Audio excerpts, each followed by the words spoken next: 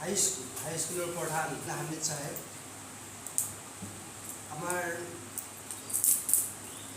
এই গাঁৱৰ সুযোগ্য সন্তান এয়াৰফ'ৰ্চ ডিপাৰ্টমেণ্টৰ পৰা তথা আমাৰ মাদ্ৰাছা ইত্যাদি উলুমৰ সভাপতি বিষয় শিক্ষক ফখৰুদ্দিন চাহেব, আমাৰ প্ৰতিদিন টাইমৰ পৰা অহা ভাতৃপ্ৰতিম সাংবাদিকদ্বয়, আমাৰ আঞ্চলিক ক্ৰীড়া সন্থাৰ সম্পাদক ছাত্ৰ ক্ৰমে মাছুদ আলম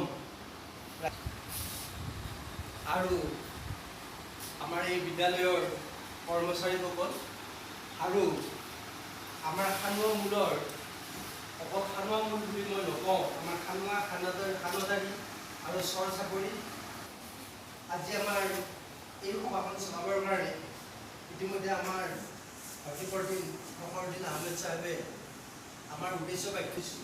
আজি সভাখনৰ আমাৰ কাৰ্যসূচী আছে, এতিয়া আছে আমাৰ চিনাকি আমন্ত্ৰিত বিশিষ্ট ব্যক্তিৰ বক্তব্য আছে, 4 নম্বৰ উপস্থিত ব্যক্তিবৃন্দৰ বক্তব্য, 5 নম্বৰ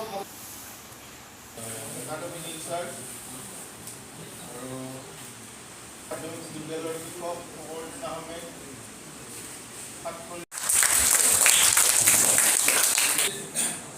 বিনামূলীয়া পাঠদান শিবিৰৰ সাংবাদিকদ্বয়, আমাৰ আঞ্চলিক ক্ৰীড়া সন্থাৰ সম্পাদক ছাত্ৰ ক্ৰমে মাছুদ আলম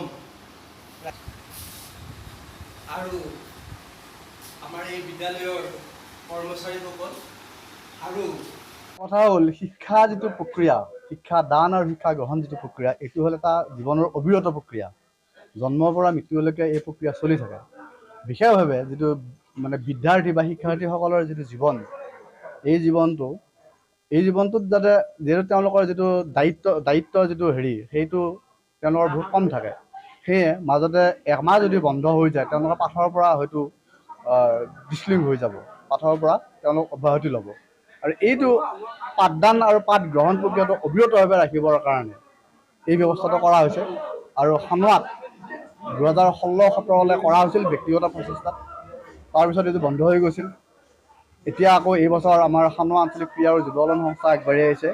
বহুত ভাল লাগিছে যে শিক্ষাৰ ক্ষেত্ৰত খানুৱাৰ যিটো অৱদান বা খানুৱাৰ যিটো ইতিহাস, সেই ইতিহাসটো আকৌ ঘূৰি আহিব আৰু আমাৰ যিটো নৱপ্ৰজন্ম, সেই নৱপ্ৰজন্মই সঠিক পথত আগবাঢ়ি যাব, এইটো আশা কৰিব পাৰিছোঁ আজি।